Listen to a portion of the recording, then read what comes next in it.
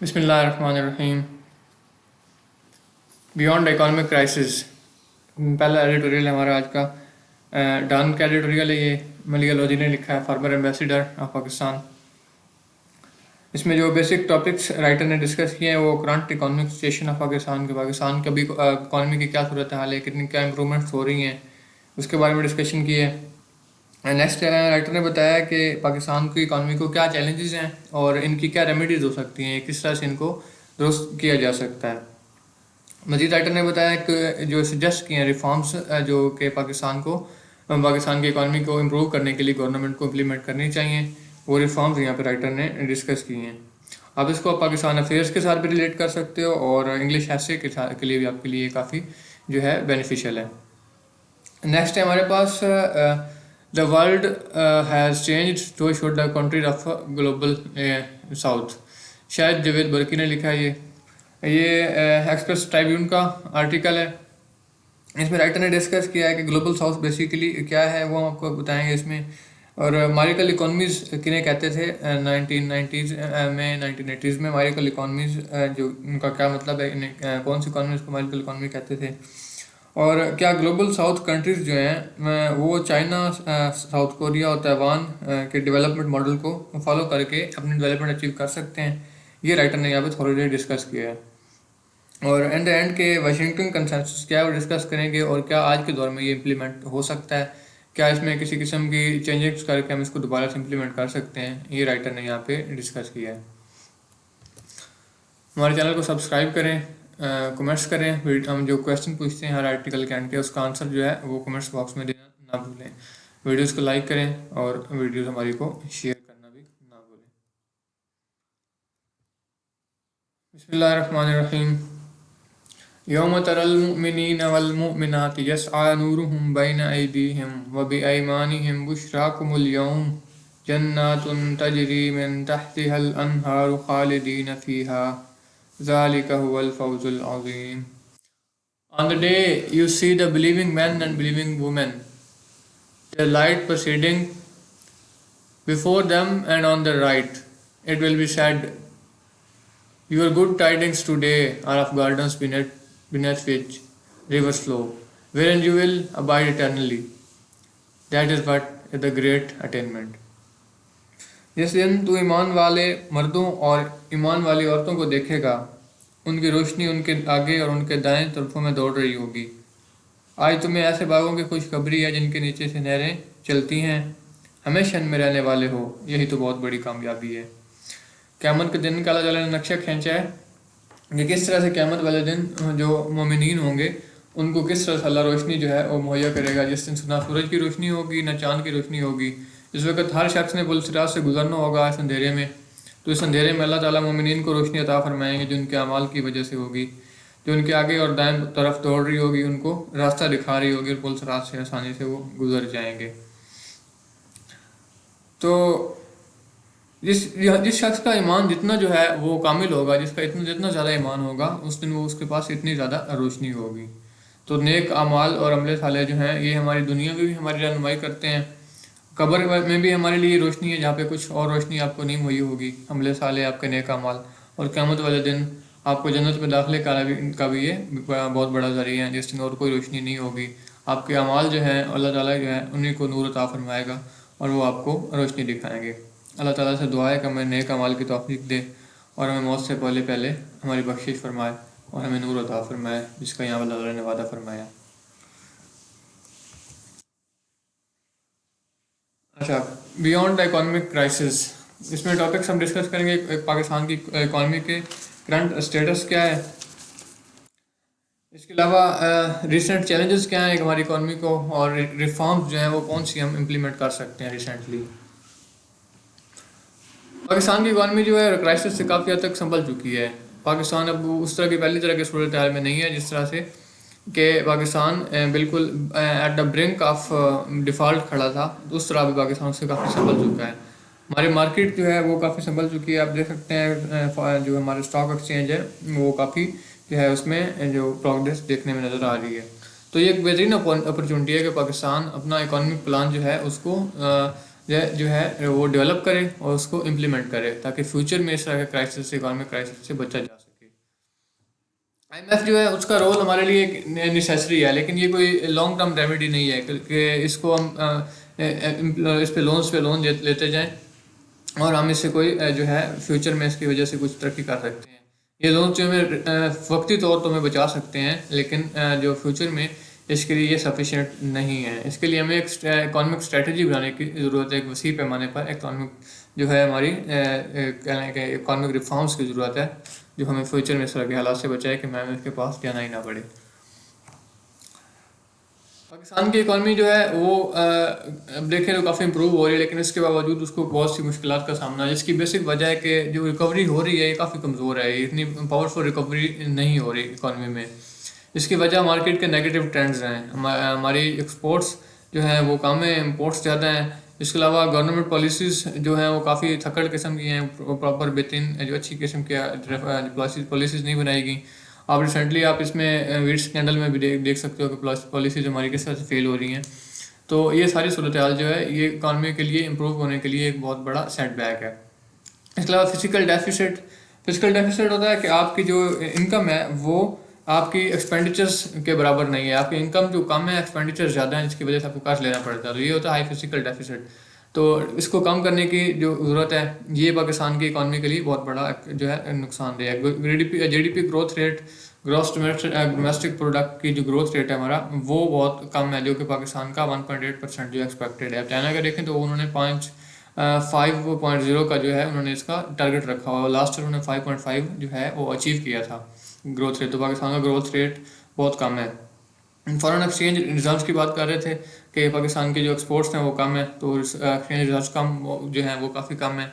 Domestic और foreign डेब्ट level जो हैं वो काफ़ी हाई हो चुके हैं, सस्टेनेबल नहीं है, पाकिस्तान उनको सस्टेन ही नहीं कर पा रहा। इन्फ्लेशन ज़्यादा है, आप देख सकते हैं कि जो काफ़ी पिछले जो महीने गुजरे 35% तक गई है, लेकिन अभी काफ़ी कम हो गए, वो 21% पे पहुंच चुकी है। लेकिन फिर भी पाकिस्तान दूसरी कंट्री से, जैसे चाइना जो इंडिया होगा जिसमें तकरीबन 4% है, या दूसरी बांग्लादेश वहाँ से, उनसे भी काफ़ी ज़्यादा है। अकाउंट और ट्रेड डेफिसिट्स और इसके अलावा वीक बिजनेस कॉन्फिडेंस, हम इन्वेस्टमेंट नहीं कर रहे इन्वेस्टर यहाँ पे, और पॉवर्टी लेवल जो है पाकिस्तान का वो 40% है। ये सारी चीज़ें जो मिला के ये पाकिस्तान की इकॉनमी को, रिकवर होती इकॉनमी को ये डाउनफॉल का शिकार कर सकती हैं अगर इनको कॉप ना किया गया। तो पाकिस्तान को चाहिए कि शॉर्ट टर्म जो है फिक्सेस उनकी बजाय एक लॉन्ग टर्म जो है रिफॉर्म्स जो है इम्प्लीमेंट किए जाएँ। शॉर्ट टर्म फिक्सेस का क्या मतलब है कि आप जो मजीद कर्ज उतारने के लिए मजीद कर्ज ले लेते हो, आप अपना जो है डेट लेवल को कम करने के बजाय आप मजीद कर्ज बढ़ाते हो, और जो पिछले कर्ज आपके मौजूद हैं उन पर आपको कह लें कि सूद की सूरत में अदायगी हो, या वो पूरे का पूरा उसकी कोई बेल आउट पैकेज आपको लेना पड़ता है उसके लिए। तो ये जो है एक शॉर्ट टर्म मेजर है, इसके लिए हमें पॉलिसी रिफॉर्म्स बनाने की ज़रूरत है। और ये जो एक हमारा साइकिल चला हुआ है कि हम लेते हैं, उसके बाद हमारी जो ग्रोथ रेट है काफ़ी थोड़ा ऊपर जाता है, उसके बाद फिर कोई डेफिसिट, इन्फ्लेशन, सारा कुछ एक साइकिल चल रहा है, तो इसको एंड करने की ज़रूरत है। राइट में यहाँ पे एक 5 पॉइंट्स का एक कम्प्रिहेंसिव रिफॉर्म प्रोग्राम जो है वो बताया है, उसको हम डिस्कस करते हैं। फर्स्ट ऑफ ऑल के फिजिकल डेफिसिट को कम करने की ज़रूरत है। फिजिकल डेफिसिट आपको बता चुके हैं कि इनकम जो है उसका कम होना एक्सपेंडिचर से। इसके लिए जो चीज़ें करने की ज़रूरत है वो टैक्स रिफॉर्म्स होनी चाहिए। टैक्स सिस्टम को इक्वलिटी उसमें लाई जानी चाहिए, उसका रेवेन्यू बेस्ड जो है वो उसकी मतलब वसी करने की ज़रूरत है, टैक्स नेट बढ़ाने की ज़रूरत है, और एक्सेप्शंस जो मिली हुई हैं, एग्जाम्पशन मिली हुई हैं मुख्तलिफ लोगों को टैक्स इवेजन के लिए, वो ख़त्म होनी चाहिए।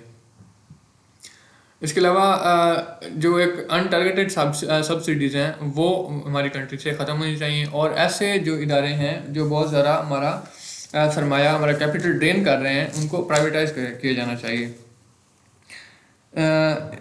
इसमें जो बेसिक हमारे कहने का पीआईए हो गया या स्टील मिल्स हो गया, इनको प्राइवेटाइज किए जाने की ज़रूरत है।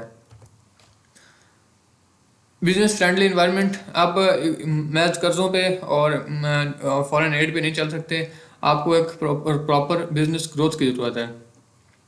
तो बिज़नेस के लिए जो हमारे यहाँ एक कैपिटल इन्वेस्टमेंट होती है पहले से, उसको कम किए जाने की जो अशद ज़रूरत है, राइटर ने यहाँ पे वो बताया कि एक प्रॉपर एक बिजनेस रेगुलेटरी फ्रेमवर्क होना चाहिए जो सारी सिचुएशन को मॉनिटर कर रहा हो, और ब्यूरोक्रेटिक रेड टेपिज्म को एंड होना चाहिए कि दफ्तरों में फाइलें पड़ी रहती हैं कई कई महीने कई कई साल, इसको ख़त्म होना चाहिए। और वन विंडो ऑपरेशन जिस तरह का SIFC के थ्रू इम्प्लीमेंट हो रहा है उसको थोड़ा सा ब्रॉड करके डोमेस्टिक लेवल पर भी उसको इम्प्लीमेंट की जाने की ज़रूरत है।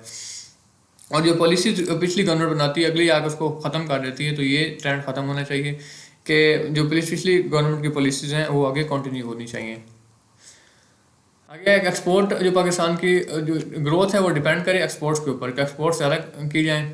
एक्सपोर्ट्स जो प्रोडक्ट्स हैं इनको डाइवर्सिफाई किया जाए, ज़्यादा से ज़्यादा प्रोडक्ट्स इसमें अचीव किए जाएँ, और ग्लोबल इकोनॉमी में सारे सिस्टम को पाकिस्तान के एक्सपोर्ट के लेवल्स को उसमें जो है वो मर्ज किया जाना चाहिए। नेक्स्ट है कि डिजिटल टेक्नोलॉजी को लेवरेज उसको मतलब ताकतवर किया जाए, डिजिटल टेक्नोलॉजी को यूटिलाइज किया जाए थ्रू आउट द वर्ल्ड। आप देख सकते हैं कि ग्लोबल विलेज बन चुका है, डिजिटल टेक्नोलॉजी हर फील्ड में ही आपके काम आ रहा है। तो प्राइवेट सेक्टर्स में इसके लिए इन्वेशन हो रही हैं, और इन्वायरमेंट एक जो है वो काफ़ी सूटेबल बन चुका है, तो पाकिस्तान को भी इससे फ़ायदा उठाना चाहिए।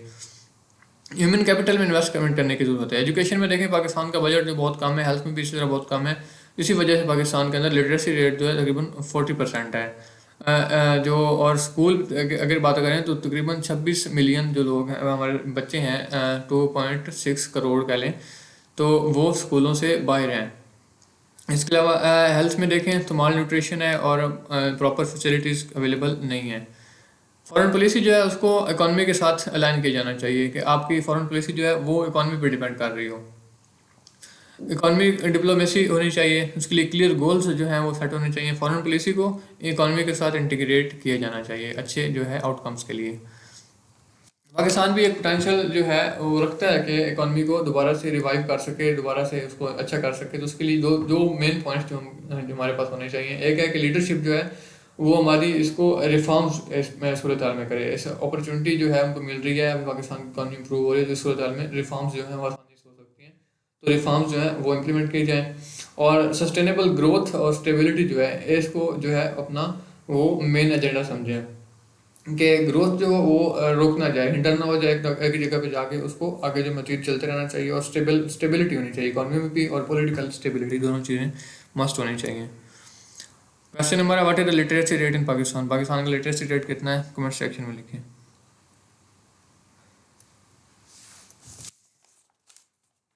अच्छा, नेक्स्ट हमारा कि world has change so should the countries of global south. की दुनिया चेंज हो रही है तो ग्लोबल साउथ की कंट्रीज़ को अपनी जो है प्रायोरिटीज़ वो चेंज करनी पड़ेगी। टॉपिक्स तुम कवर करेंगे कि ग्लोबल साउथ क्या है, इसको इंट्रोड्यूस करवाएंगे। मारिकल इकोनॉमीज क्या हैं, ये आपको इसका इंट्रोडक्शन करवाएंगे। वाशिंगटन कंसेंसस और डेवलपमेंट मॉडल जो है ग्लोबल साउथ के लिए, क्या वाशिंगटन कंसेंसस जो है वो अभी भी रिलायबल है या नहीं है, ये हम डिस्कस करेंगे। तो फर्स्ट ऑफ ऑल बता दें कि ग्लोबल साउथ बेसिकली क्या है। ग्लोबल साउथ का मतलब है कि ये उन कंट्रीज़ को कहते हैं जो इकॉनमी और इंडस्ट्रियल डेवलपमेंट में डेवलप कंट्रीज से काफ़ी पीछे हैं।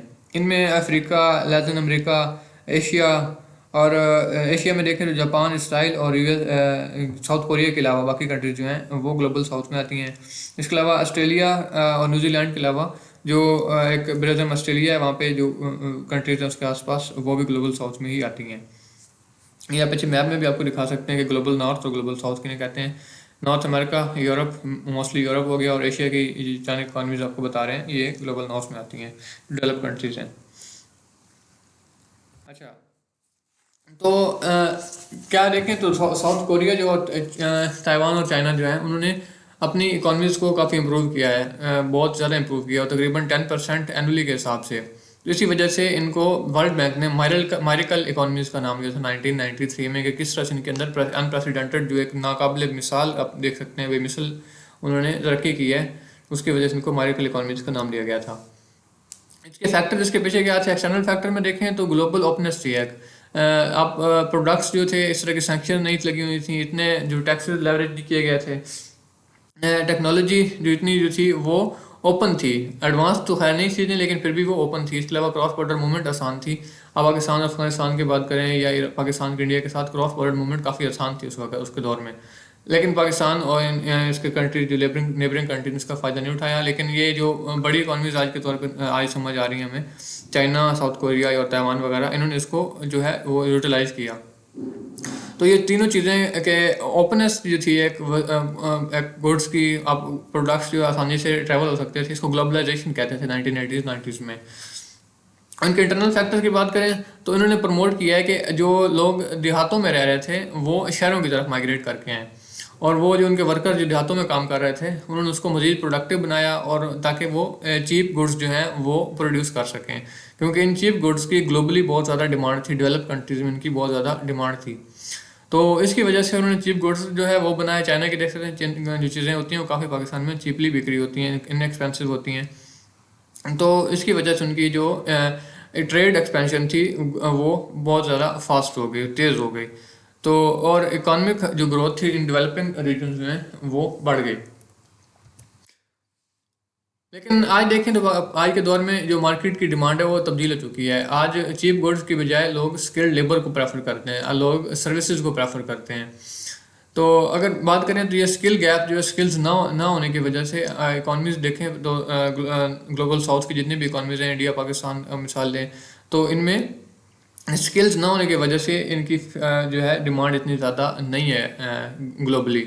अब इंडिया की मिसाल है तो इंडिया के तकरीबन 50% जो ग्रेजुएट्स होते हैं वो जॉब रिक्वायर्ड स्किल्स उनके पास नहीं होते, कि जो उनके जो फ़र्ज करें एक इंजीनियर है तो उसको जो जॉब्स के लिए जो स्किल्स रिक्वायर है उसके पास वो नहीं होते। इसके अलावा अभी 60% इंडियन वर्कर्स जो हैं उनको स्किल्स ट्रेनिंग रीट्रेनिंग की ज़रूरत है अगले 3 सालों में, लेकिन ये उनके लिए काफ़ी मुश्किल है, जिसकी वजह से उनकी इकॉनमी जो है वो सेटबैक का शिकार हो सकती है।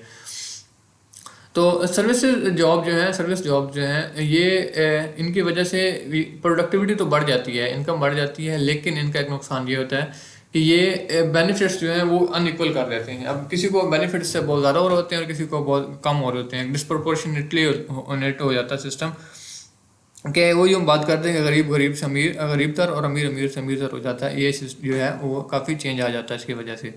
तो ये किसका एक ड्रॉबैक है। तो इसके लिए क्या होना चाहिए कि इंडस्ट्रियल पॉलिसी जो है वो एक इसेंशियल है ग्लोबल साउथ में, कि कंट्रीज़ को अपने अंदर जो है इंडस्ट्रियल पॉलिसीज़ इम्प्लीमेंट करनी पड़ेगी। इंडस्ट्रियल पॉलिसीज़ होता है कि एक इंडस्ट्री ख़ास इंडस्ट्री को फोकस करके उसकी जो डेवलपमेंट के लिए काम करना।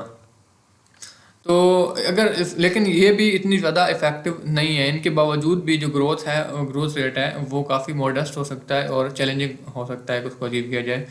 फिर वजह वही आती है कि स्किल्स नहीं है। तो सर्विस इकॉनमी की तरफ ट्रांजिशन जो है कि आप देखें तो एक ट्रेडिशनल जो चला रहा था पाथवे था डेवलपमेंट का, कि एग्रीकल्चर से प्रोडक्ट्स जो रॉ मटेरियल उठाया जाए फिर उसको मैन्युफैक्चर करके प्रोडक्ट्स बना के आगे बेचा जाए।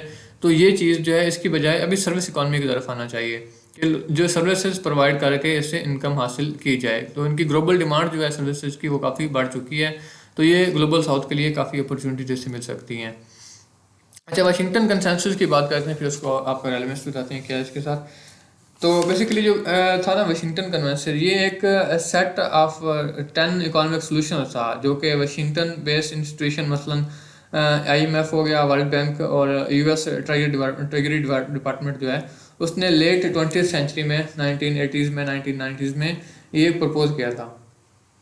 इसका मकसद क्या था कि इसका डेवलपमेंट कंट्रीज जो है उनमें इकोनॉमिक स्टेबिलिटी किस तरह से लाई जाए, ये इसका बेसिक जो है मेन पॉइंट था। तो इसमें उन्होंने तकरीबन 10 जो है वो मेन पॉइंट्स उन्होंने इसमें बताए थे, जिनमें से आपको बताते हैं कि जिनमें से मेन थे फिजिकल डिसिप्लिन, एक करप्शन वगैरह को ख़त्म करके डिसिप्लिन जो होना चाहिए फाइनेंशियल सिस्टम होना चाहिए। इसके अलावा पब्लिक स्पेंडिंग को वो मॉनिटर प्रॉपर किया जाना चाहिए, टैक्स रिफॉर्म होने चाहिए, लिबरलाइजेशन होनी चाहिए। तो ये जो उनके मेन पॉइंट्स थे वाशिंगटन कंसेंसस के। लेकिन आज के दौर में इसको आप कम्प्लीटली इम्प्लीमेंट नहीं कर सकते। वजह क्या है कि इसमें एक काफ़ी रिवीजन की ज़रूरत है। आप इसको जो है रीथिंक ऑफ पॉलिसीज होना चाहिए, ताकि ये अभी मौजूदा जो हमारी सूरत हाल है कंटेम्प्रेरी चैलेंजेस है उसको मीट कर सकें। तो ग्लोबल साउथ की जितनी भी कंट्रीज़ हैं उनको अपने स्ट्रेटजीज़ जो हैं वो दोबारा से बनानी पड़ेंगी, चेंज करनी पड़ेंगी, जो कि फोकस होंगी इंडस्ट्रियल पॉलिसीज़ के ऊपर, वर्क फोर्स की रिटर्निंग के ऊपर, कि वर्क फोर्स जो इनकी इसको किस तरह स्किल्स प्रोवाइड किए जाएँ, लेबर्स को जो है वो दोबारा से स्किल्स जो हैं अच्छे जो अभी रिसेंट जिनकी ज़्यादा डिमांड है वो प्रोवाइड किए जाएँ। और ग्रोइंग डिमांड जो है आप सर्विसेज की डिमांड को कोप करने के लिए, उसको उससे फ़ायदा उठाने के लिए स्किल्स प्रोवाइड करना एक मेन स्ट्रेटजी का हिस्सा होना चाहिए। तो ट्रेडिशनल मॉडल्स जो थे वो, और अभी रिसेंटली देखें तो वाशिंगटन कंसेंसस जो है ये अभी ज़्यादा जो है वो यूज़फुल नहीं रहे। तो इनमें काफ़ी चेंजेस करने की ज़रूरत है ताकि ये हमारे करंट इकोनॉमिक जो सिचुएशन है उसके कैपेबिलिटीज़ हैं उसके साथ अलाइन हो सके। क्वेश्चन है name a country of north, global north. Global north के कंट्री का नाम कमेंट्स बॉक्स में